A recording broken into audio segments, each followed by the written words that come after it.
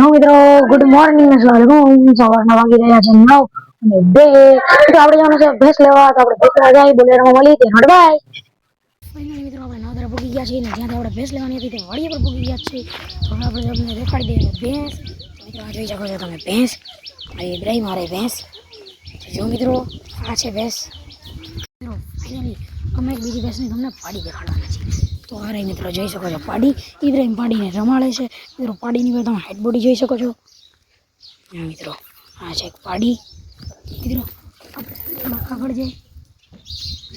મિત્રો આ પાડી તો સૂઈ ગઈ. જો મિત્રો ઇબ્રાહિમ એડી ભેગી સૂઈ ગઈ. મિત્રો હવે આપણે થોડાક આગળ જઈએ, આગળથી દેખાડીએ. અને મિત્રો હવે આપણે આગળ આવી ગયા છીએ. આગળ મિત્રો અહીંયા બહુ બધા ઝાડવા છે. જેમ કે આ છે ભેંસો માટે ખડ, પછી અહીંયા છે નારિયેલી બધું છે, પછી આખું વિજાની વાળી છે તેમાં પણ ભેંસો છે. બાકી તો આપણી ગાડી માં પડી છે. ક્યાં ગઈ મિત્રો આપણી ગાડી? આમ આગળ ક્યાંક પડી હશે. મિત્રો ફાઇનલી આપણે ભેંસ લઈ લીધી છે. હવે આ ભેંસ લઈને આપણે જઈએ છીએ ટેમ્પા પાસે.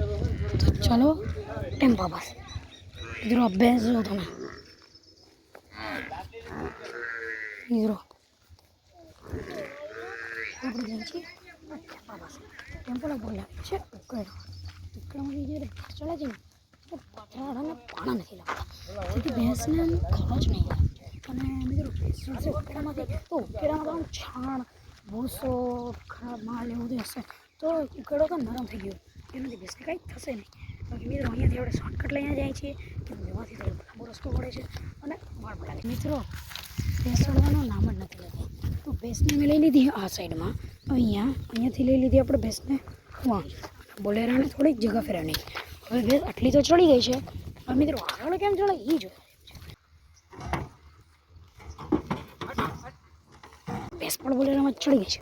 હવે તમને જરાક પાછળથી દેખાડી દો. બોલેરા રહી ભેંસ ચડી ગઈ બોલેરામાં, જોઈ શકો છો તમે. જુઓ મિત્રો ભેંસને ચલાવવામાં છે લગભગ 1.5 કલાક, 1 થી 1.5 કલાક. મિત્રો ભેંસ તો ઉપર માન ચડી છે.